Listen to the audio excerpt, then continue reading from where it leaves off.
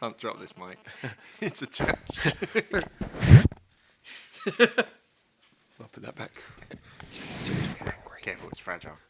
This week's Weird Wednesday is sponsored by the Ghost Wreck files of RMS Roan. Hey everyone, and welcome to this week's Weird Wednesday, and boy do we have a weird show for you this week, so let's dive straight in. So putting it to train whales... Putin? You can tell you've not read this one. I've never read this one before. So Putin is training whales. So last week on Scuba Tube we spoke about Russia's new submarine, which had wings. Yeah, do you remember that? And by the way, if you heard that, the laughing earlier, that was James. We're filming in the shop today because of the rain. So anyway, carry on. Sorry. So this submarine that had wings, well, they're now taking things one step further. Russia has plans to train whales to help protect the Arctic waters using the sonar of beluga whales. Well, hopefully it's not like the beluga whales in Finding Dory. I really can't echolocate. I cannot have this conversation again. I just hit can't. my head very hard out there. See how swollen it is? Go to condition. Anyway. So they plan to condition the whales for 2 jobs to protect naval bases and seas around Russia. They also plan to train the belugas to attack and kill enemies. It's the most dangerous marine mammal in the world, a beluga whale. A beluga whale with a machine gun attached to it. Because that's what the Russians love as well. They love their underwater guns, don't they? Everything that says underwater bullets is always about Russia. So the only problem with this is that the whales basically do what they want, and left in very cold waters with sort of long journeys, they have just a tendency to die. So not all is going to plan. Of course, Russia are very good at manipulating animals. And Donald Trump. Just look at their seal and dolphin programs where they managed to weaponize the poor creatures. They did it with dogs in World War II. They trained them to go under tanks, and then they strapped some bombs to the back of the dogs. War dogs. Unfortunately, on the battlefield, they recognized the Russian tanks, and they ran under the Russian tanks. No! Blew up. They won't get the biscuit if I go under. Boom! So maybe in the near future, they will be able to weaponize belugas as well. But that's just a scary thought. Stop it. Just stop it. Everyone get along. Yeah. Stop trying to kill each other. Yeah. What the duck? Hey! A giant rubber duck that's coming from Brookville this summer is a part of the Ontario government's celebration of Canada's 150th anniversary. It's become a very hot topic though, obviously for taxpayers. Yeah. The duck tour, it's actually called a duck tour, has cost 200,000 Canadian dollars for an inflatable rubber duck. Most of that money is coming out of the taxpayers' pocket, especially for the guys that live in Ontario. I can't even say that word today. Sorry about that. So, Canadians are a bit like, hold on, what the hell's going on, yeah? Priorities of the government is a bit messed up. They're going to spend £200,000 on a duck. A giant duck and tow it around. But poverty, healthcare, all that's absolutely fine.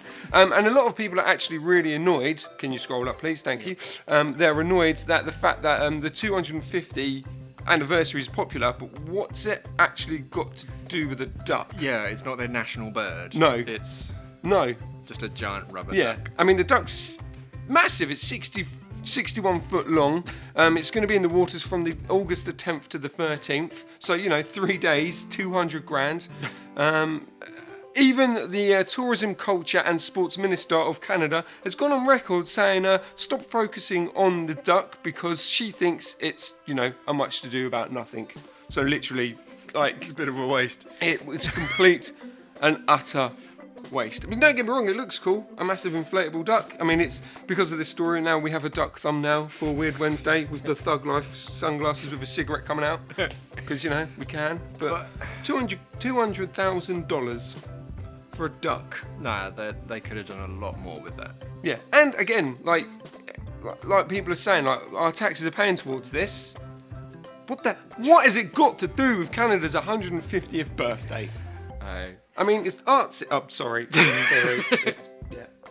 So the next news, this is a bit of irony. A shark feeder gets bitten.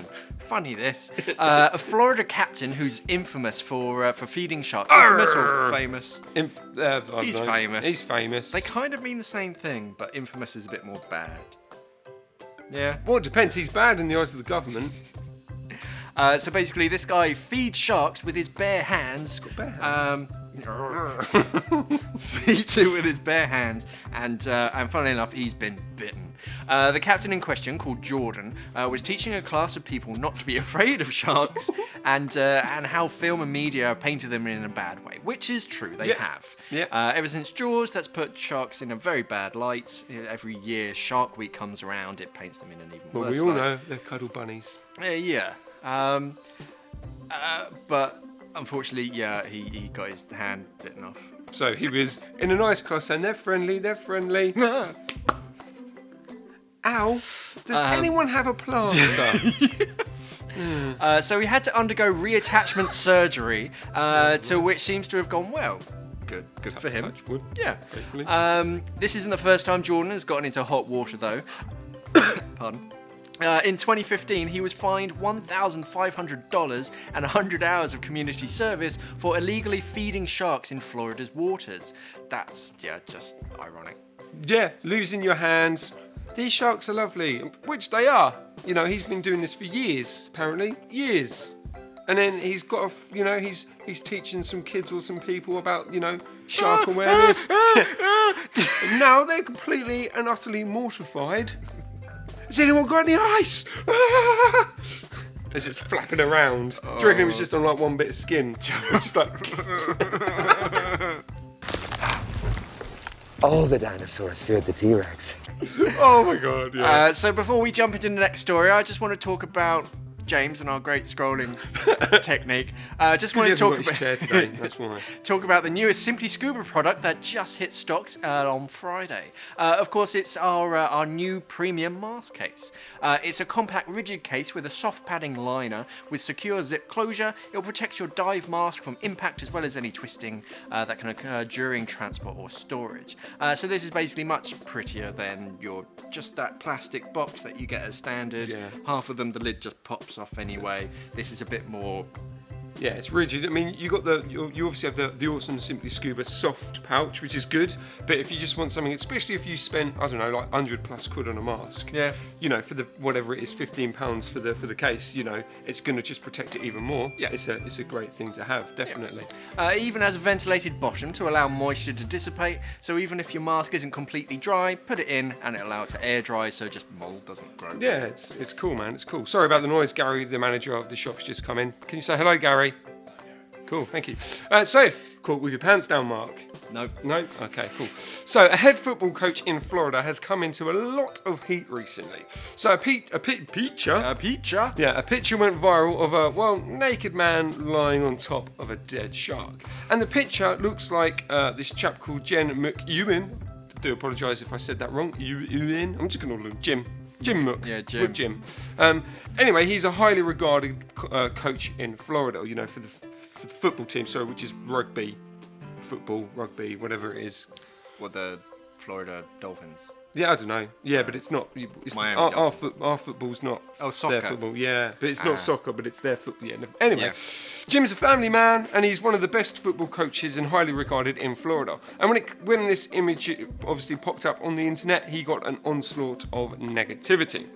The only problem is, it's not actually him. It's not him.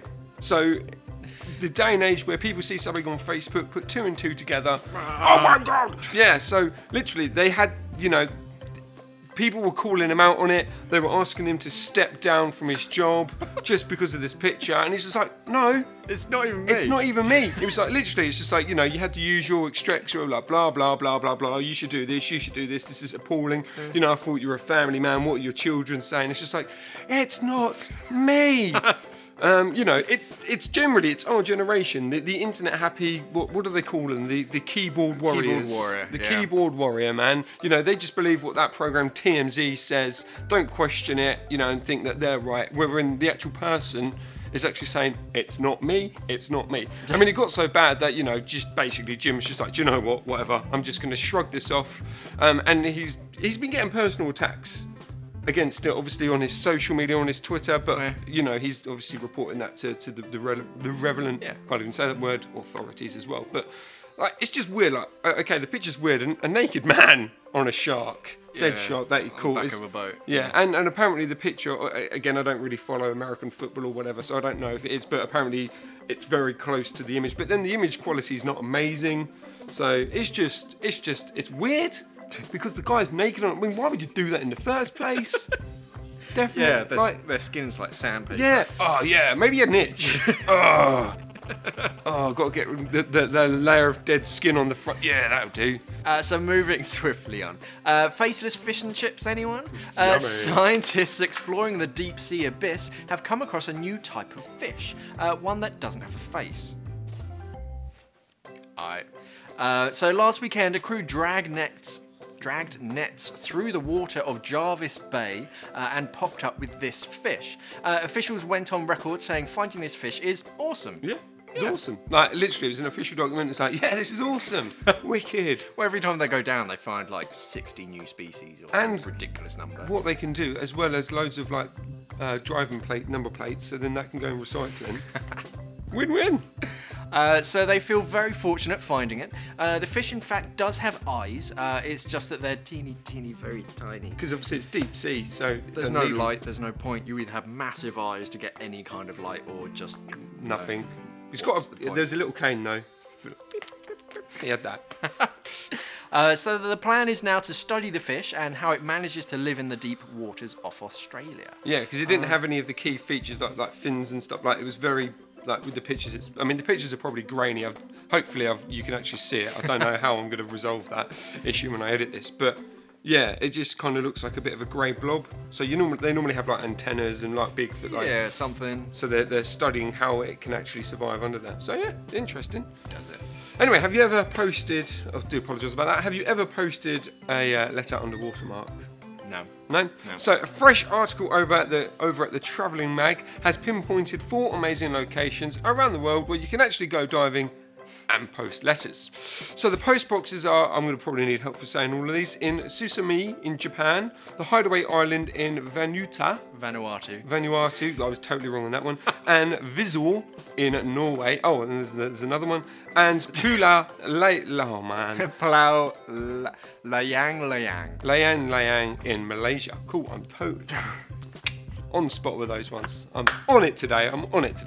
Anyway, just in Japan alone, 32,000 letters have been posted so far, and it's even recognised as an official postal stop. So, That's cool. What's your run today? Oh man, I've got to go in the middle of the ocean. Really? Put this dry suit on. Yeah.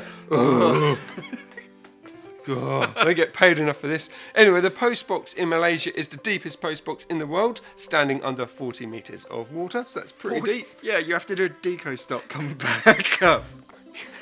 All I wanted to do was post a postcard to say I'm having a nice time. Yeah, you know when you get to the post box and you put it in, you're like, oh, did I put a stamp on it?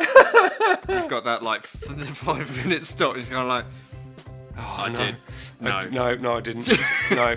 I mean, just this morning I was checking my back door about 20 times. It was like, oh, is it? No, it's cool. Anyway, letters range from the generic holiday letters to postcards to even environmental bills to local governments. So each post office has its own stamp, and once on dry land, it will follow the general circulation like any other letter. How cool is that, though? Yeah, that's cool. It is cool. It's a little feature. It's a little hot spot. You know, if you're a diver, you're going on holiday, that's going to be a really cool hot spot. Yeah, man. Like, with the 40 metres, though, like, just imagine if, like, he goes down, it's like, right, okay, there's at least 1,000 letters just sat here, and I'm like, I've got to drag these up. Just attaches them, to a lift bag. And then, like, just as, oh, man, how did that explode? Underwater explosions. Who knew that could happen? Hey ho, that's it for this week's Weird Wednesday. If you missed it, why not check out last Wednesday's Scuba? It says last week. It says weekends. Good old last week. Spell check. Last week's Scuba Tube. That will be in a link up there somewhere, the little eyed loco. That's it for this week. Thanks for watching and safe diving. Bye.